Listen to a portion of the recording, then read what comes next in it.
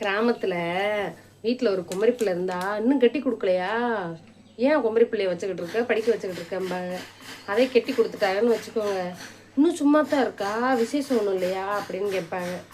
அதுக்கான நிறைய காரணங்கள் இருக்குது. இன்றைக்கி உள்ள இளம் தலைமுறையினர்களுக்கு இந்த நீர்க்கட்டிங்கிற பிரச்சனை நிறைய இருக்குது, குழந்தையின்மை பிரச்சனை நிறைய இருக்குது. அது என்ன காரணம்னு பார்த்தீங்கன்னா, நம்ம யூஸ் பண்ணக்கூடிய அந்த நாப்கின்ஸ் தான்.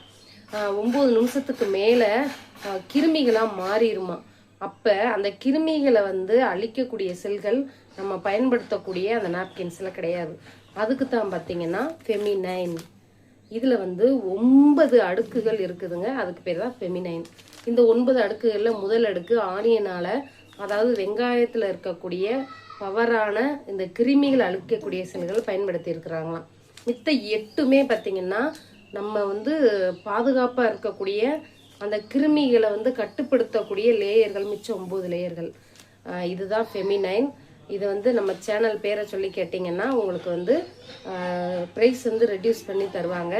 நீங்களும் இது ஆரோக்கியமாகவும் குடும்பத்தோட பாதுகாப்பாகவும் பயன்படுத்தலாம்.